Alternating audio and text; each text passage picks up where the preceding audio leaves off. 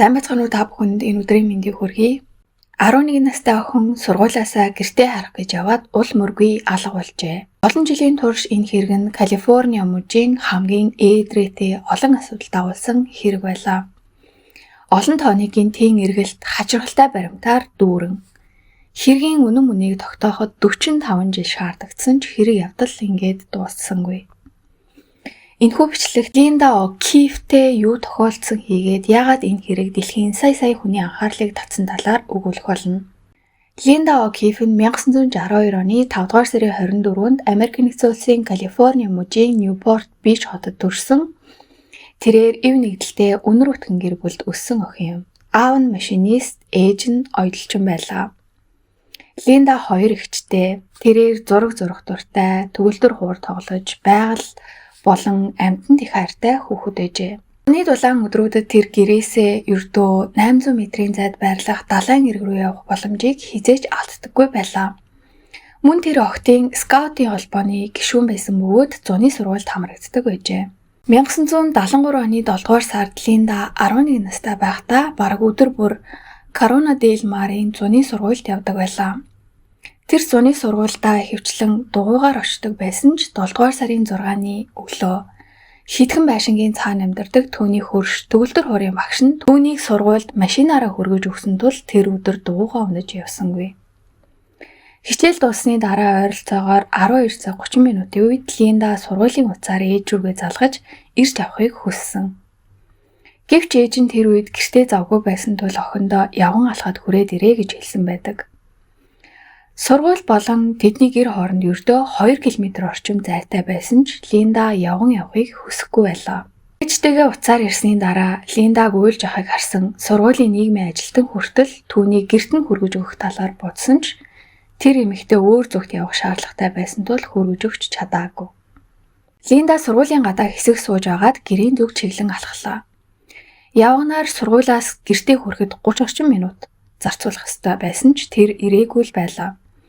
Эхэндээ ээж нь үүнд он цач холбогдол өгсөнгүй. Охин нь найзуудтайгаа таараад тоглож яваа байхаа л гэж бодсон. Гэвч цаг хугацаа өнгөрөх тусам улам их санаа зовж эхлэв. Орой 6 цагийн үед тэр ойролцоо амьдардаг түүнийг харсан байж болох бүх хүүхдүүдийн эцэг эх рүү залгаж асуусан ч хинэн ч Линдаг гараагүй гэжээ. Аав нь ажлаасаа ирсний дараа гэр бүлээрээ гарч охиноо өөртөө хайж эхлэв. Тэд охины явах ёстой байсан маршрутаар явж бүх замыг шалгасан ч олж чадсангүй. Эхэндээ охин ээжтэй гомдоод санаатаагаар гэртээ ирээгүй байж магадгүй гэж хүртэл боджээ. Гэвч цаг хугацаа явсаар харанхуй болж тэд цагдаад хамгийн анх 18 цаг 42 минутанд дуудлага өгсөн. Цагдаа нар алга болсон охины талаар мэдээллийг хүлээн авч эрен хайх ажлыг эхлүүлв. Энэ хооронд аав эгч хоёр нь 2 машинаар ойр орчмыг дахин самнан хайж харин ээж нь гэртээ үлдэн түүнийг харсан байж болох бүх таньдаг хүн рүү залгаж эхлэв. Эрен хайх ажиллагаа шүнжин үргэлжилсэн ч үр дүнд хүрсэнгүй. Эрэлд үнэрч ноход нисдэг тэрэг хүртэл ашигласан ч амжилтгүй Линдаг олоогүй л байлаа. Өглөө болоход хүч нэмэгдүүлэн илүү олон тооны цагдаа эргүүл оролцож сонин дээр 11 настай охин алга болсон талаар анхны мэдээллийг гаргаж эхэлсэн. Ойролцоогоор өглөөний 10 цаг 30 минутанд нэг дугуйтай хүн хүүтэйгээ хамт дугуй унаж салхилангаа ойролцоох 9 км орчмын зайд байрлах цэцэрлэгт хүрээлэнд очжээ. Тэд намгийн мэлхийг авч судалгаанд хэрэглэхээр шалбаагтай усны хэсэгт очих үед өвсөн дунд цайвар өнгөтэй зүйл харагдсан. Тэгээд аажмаар ойртож очиход биеийн зарим хэсэг нь усанд гүн дүрэгдсэн хүний цогцос байгааг олж харсан. Энэ эрэгтэй өглөө сонин дээр гарсан сургуу алга болсон охины тухай мэдээллийг уншсанаа санаж тэр тариу цагдаад мэдэгджээ. Цагдаа нар газар дээр ирж үзлэг шалгалт хийсний дараа нас барсан хүн нь алга болсон 11 настай Линда О'Киф болохыг тогтоосон. Тэр сургуулиас гарахдаа өмссөн байсан хувцастайгаа байсан бөгөөд хажууд нь цүнхэн хэвтэж байжээ. Мөнчлэн охин ээжийнхээ ойж өгсөн цагаан цэнхэр цэцэгтэй палаачтайгаа хэвтэж байхыг гэр бүлийнх нь ирж харснаар таньсан байдаг. Тэр үед охин гутлгүй байсан бөгөөд гутлыг цогцсны ойролцоо хаанаас ч олж чадаагүй юм. Мөрдөгчд хэргийн газарт үзлэг хийж эхэлсэн. Тэд цогцос олсон газрын ойролцоо дугуйны мөр илрүүлсэн боловч өөр ямар нэгэн тодорхой үлмөр олдоогүй. Шүүх эмнэлгийн шинжээчид үхлийн шалтгааныг боомсноос болсон гэж тогтоосон. Мөн шинжилгээний дүгнэлтээр үхэл оройны 11 цагаас шөнийн 2 цагийн хооронд болсон гэж дүгнжээ. Мөрдөгчид Линдаг сургуулиас гарснаас хойш удалгүй хулгайсан байх магадaltaй гэж таамаглаж байлаа. Энэ нь гэмт этгээд түүнийг ойролцоогоор 12 цагийн турш хаа нэгтээ хойж байсныг илтгэж байв. Хохирогч мөн бэлгийн хүчирхийлэлд өртсөн бөгөөд шинжээчид түүний биеэс үрийн шингэний улмаар илрүүлсэн байдаг. Тухайн үед ДНК шинжилгээ тэмч нарийн хийгдэггүй байсан тул эдгээр сорьцыг лабораторид авч хадгалсан. Хэргийн талаар нэгч хангалттай нотлох баримт олж чадаагүй байсан тул мөрдөгчид тэр өдөр Линдаг харсан байж болох гэрчүүдийг хайж гэлэв. Линдагийн найзууд, сургуулийн ажилтнууд мөн охиныг гэртээ харих ёстой байсан гудамжны оршин суугчдаас бүгдээс нь мэдүүлэг авч шалгасан. Удалгүй энэ нь үр дүнгээ өгч эхэлжээ. Сургуулиас гэрлүүгээ явах замд Линдаг түүний найз харсан бөгөөд тэр найз нь нэгэн хачирхалтай зүйлийг анзаарсан байна.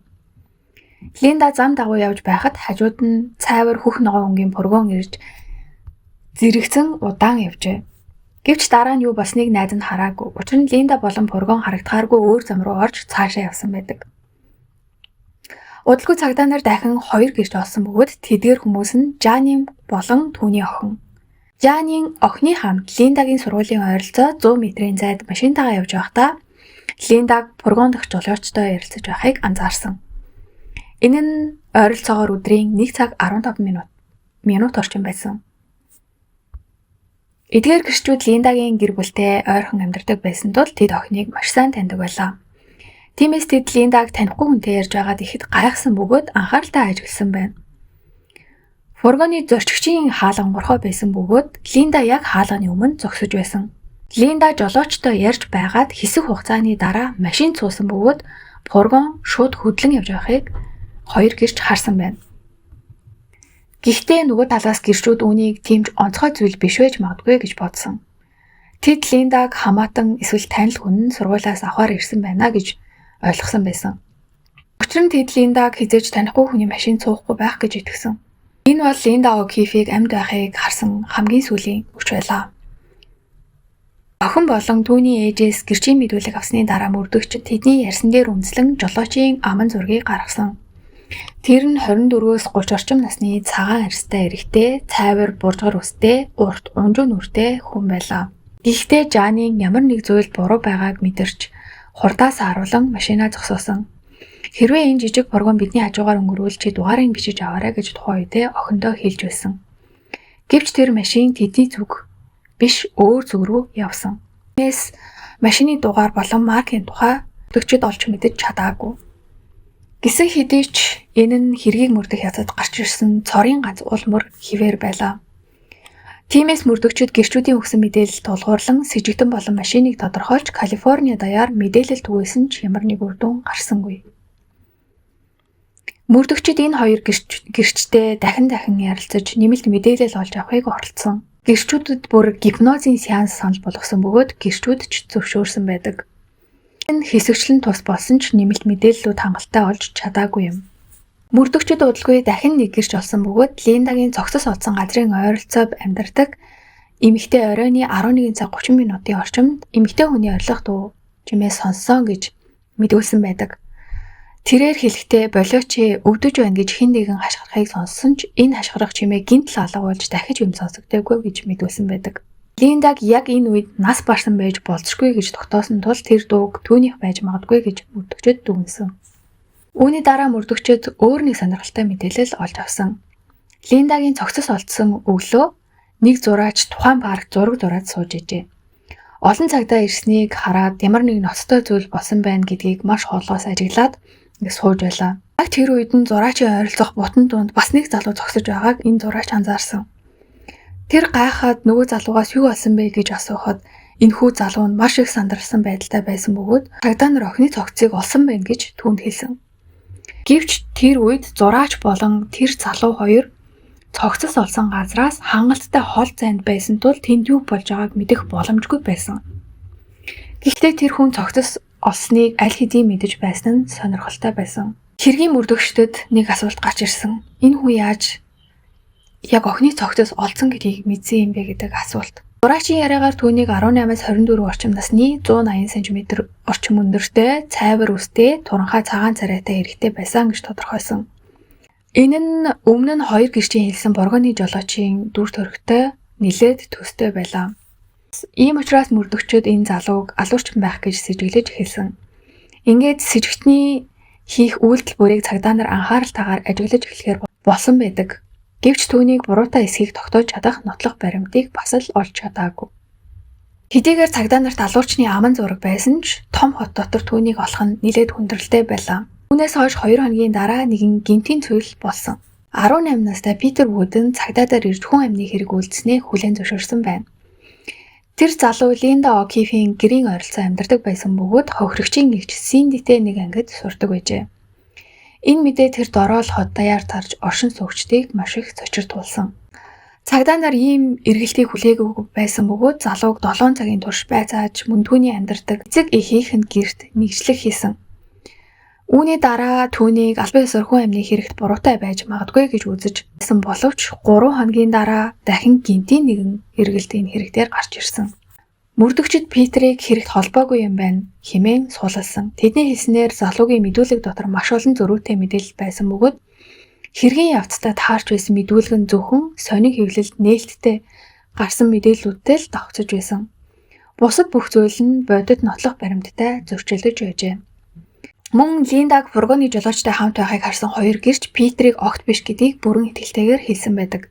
Гэрчүүд Питерийг маш сайн таньдаг байсан бөгөөд андуурах боломжгүй гэжээ. Үүний үр дүн цагдаа нар энэ залуу зүгээр л олонний анхаарлыг өөр дээрээ татах гэж худал мэдүүлэг өгсөн гэж дүгнсэн. Магадгүй Питер мөн сэтгэл зүйн асуудалтай байсан байж болох ч энэ хэрэгтэй ямар ч холбоогүй байлаа. Үүнээс хойш мөрдөгчдөд хэргийн талаар баттай нэг ч улмөр олдсонгүй. Тэд хот даяар фургон болон жолоочийг хайсаар л байв. Линдагийн ангийн хүүхдүүд хүртэл цагдаагийн эсэргүүцлийг үл харгалзан эрен хаах ажиллагаанд оролцож дугуйгаар гудамжаар явж тэр фургоныг хайж байлаа. Үр дүнд хүрээгүй л байлаа. Эхний 1 сарын дотор цагдаа нар 175 хүнийг байцааж охины явсан маршрутын дагуух замыг бүхэлд нь нэгжиж цаашлаад хэдэн 7 хоногийн дараа тэд жолоочийн аман зургийг нээлттэйгээр нийтэлсэн ч мөн адил үр дүн гарсангүй. Эхэндээ мөрдөгчид алуурчин хотоос гарч зугтчихгүй хэмээн айж зургийг нь нийтлэхээс татгалзаж байсан ч өдөр ирэх тусам бүх боломжийг ашиглах шаардлагатай болсон тул олон нийтэд нээлттэйгээр мэдээлсэн. 2 сарын дараа шинэ улмөр гарч ирэв. Өөр нэг охин мөн тухайн бүс нутагт хүчирхийлэлд өртсөн байна. Гэмт этгээд түүнийг фургон цуулган хөнгөө газар аваачиж дараа нь тавьж явуулсан байжээ. Мөрдөгчид энэ хүн Линдагийн алуурчин байж магадгүй гэж таамагласан ч тэр этгээд нь цагаан өнгийн фургон унаж явсан бөгөөд гадаад төрх нь Линдагийн хэрэг дээрх гэрчүүдийн хэлсэнтэй тохирохгүй байлаа. Удалгүй дахин нэг сэжигтнийг олсон ч тэр нь 32 настай ачааны машины жолооч байсан бөгөөд түүний буруутай эсэх нь мөн л тогтоогдсонгүй. Ингэснээр Линдагийн хэрэгтэн чухал гэмээр хэргийн нотлохоо олдоогүй бөгөөд мөрдөгчид олон жилийн хэрэг дээр ажилласан ч үр дүн гарсангүй. 2001 онд буюу хүн амны хэрэг гарснаас 28 жилийн дараа цагдаа нар Линдагийн биеэс авсан үрийн шигний сорцыг лабораторид илгээж ДНК-гийн шинжилгээнд хамруулсан. Гэвч тэр хүний мэдээлэл Фиберийн мэдээллийн санд байгаагүй. Хэдэн жилийн дараа түүний өрийн хамаатан садны мэдээлэл олдох эсхийг дахин ДНК шинжилгээгээр шалгасан ч мөн л үр дүн гараагүй. Тухайн үед ДНК-гийн шинжилгээний үр дүн одоогийн төвшөнтэй адил наривчлал сайтай байгаагүй гэдгийг энд бас хэлхэн зүйтэй баг. 2010-ад оны дунд үеэс хойш криминалистикийн салбарт том дэвшил гарч 2018 онд мөрдөгчид Парабо нэртэй хувийн лабораторид ханджээ. Алуурчны ДНК тулгуурлан түүний нүүрний хөрөг зургийг гаргуулсан байдаг. Энэхүү ДНК фенотип технологи нь зөвхөн ДНК ашиглан хүний нүүрний болон биеийн онцлогийг таамаглах боломж олгодог технологи юм. Ингэснээр тэд алуурчны 20 болон 60 настай үед нь ямар харагдах байсныг харуулсан 2 хөрөг зураг бүтээж чадсан. Гайхалтай нь энэ хөрөг 45 жилийн өмнө хийсэн гэрчүүдийн мэдүүлэгтээ маш ойрхон хөрөг зураг гарч ирсэн. Ихэнх тохиолдолд ийм хөрөг зургийг хэвлэлд нийтэлж хүмүүсээс мэдээлэл авдаг ч энэ удаа мөрдөгчид огт өөр тактик ашиглахаар шийдсэн. 2018 оны 7 дугаар сарын 6-нд яг хүн амны хэрэг гарснаас хойш 45 жилийн дараа Twitter дээр цуврал мэдээлэл нийлсэн байна. 28 цуврал мессежээр Линдагийн амьдралын сүүлчийн өдрүүдийг дүрсэлсэн байв. Мөрдөгчид энэ мэдээллийг яг Линда өөрөө хүмүүст ярьж байгаа мэтэр 1973 оны 7 дугаар сарын 6-нд түүнд юу тохиолдсныг дэлгэрэнгүй өгүүлсэн байдаг. Нийтлэл өглөөний хэсгээс эхэлнэ. Сайн байна уу, намайг Linda of Kiev гэдэг. Энэ өдөр 45 жилийн өмнө би Newport Beach хотод сургууль алга болсон. Намайг асан бөгөөд миний биеийг Back Bay орчинд олсон. Намайг асан алуурчныг олж чадаагүй л байгаа. Өнөөдөр би өөрийн түүхээ та бүхэнд ярив. Линда тэр өдөр сургуульд өнгөрүүлсэн мөчүүдээ ээж нь түүнийг машинаар авч явахаас татгалзсан, гомдсон тухай, дараа нь гэрлүүгээ явган харьсан тухай ярина. Эдгээр твит бүрийг мөрдөгчөд маш нарын сонгож тухайн өдрийн бодит төр зургийг аль болох үнэнтэй ойр байлгахаар зорж байлаа. Цуврал нийтлэл нь Линдагийн хэрэг өнөөдрийг хүртэл шийдэгдээгүй байгаагаар төгснө. Энэ мөчөд мөрдөгчөд хохирогчийн нэрийн өмнөөс гэмт этгээдийн хөрөг зургийг мөн адил нийтэлсэн. Одоо 45 жилийн дараа би дахин ярих боломжтой болж байна. Надад та бүхэнд хэлэх маш чухал зүйл байна. Миний хэрэг дээр шинэ улмөр олдсон. Алуурчны үлдээсэн ДНК-гийн мэдээллийг ашиглан гаргаж авсан нүүрний хөрөг зураг. Энэ технологи 1973 онд байгаагүй ч одоо бүх зүйлийг өөрчилж чадна хэмээн бичсэн байдаг. Энэхүү нийтлэл нь Линдагийн хэрэг рүү дэлхийд дахины анхаарлыг татаж чадсан бөгөөд мөрдөгчөд өмнө нь шийдэгдээгүй хэрэгүүдийг олон нийтэд хуваалцдаг байсан ч хохирогч өөрөө ярьж байгаа мэтээр нийтлсэн нь цоо шин зүйл байлаа. Ганцхан хөрөг зураг өөрөө хангалтгүй байсан ч мөрдөгчөд олон нийтээс алуурчныг таньж мэддэг хүн гарч ирнэ хэмээн найдаж байв. Энэ зорилгоо тэд маш сайн биелүүлсэн. Энэхүү цуврал твитийг 7 сая гаруй хүн үзжээ. Твитний мөрөөр олон тооны мэдээлэл ирсэн ч алуурчин бас л олдсонгүй.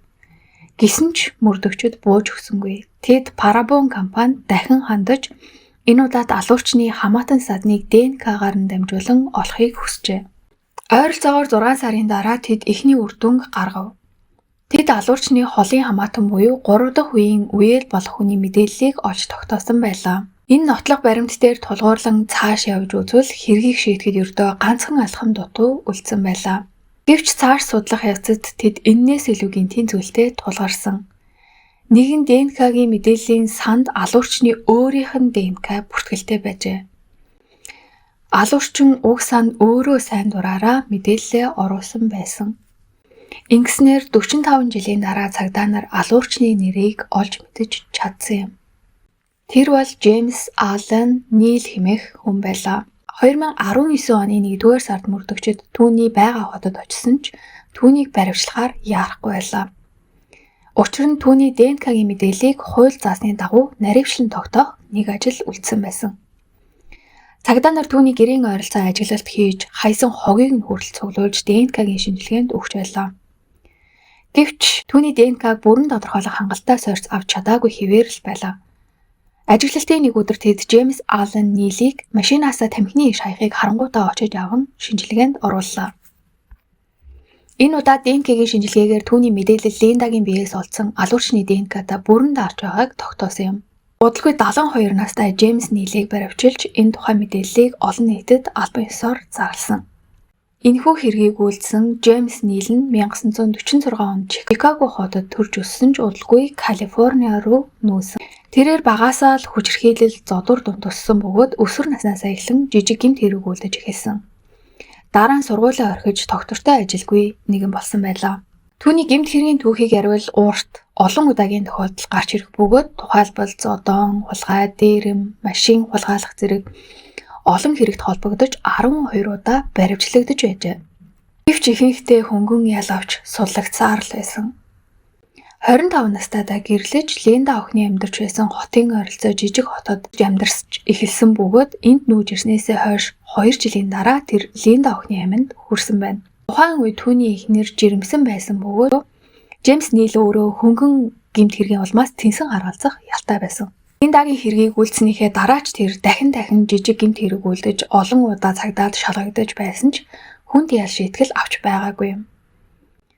2010 онд нэг охин түүнийг өөрт нь бэлгийн дарамт үзүүлсэн гэж мэдүүлсэн ч дараа нь мэдүүлгээ буцааж авсан бөгөөд хэрэг инхүү хаагдсан байдаг.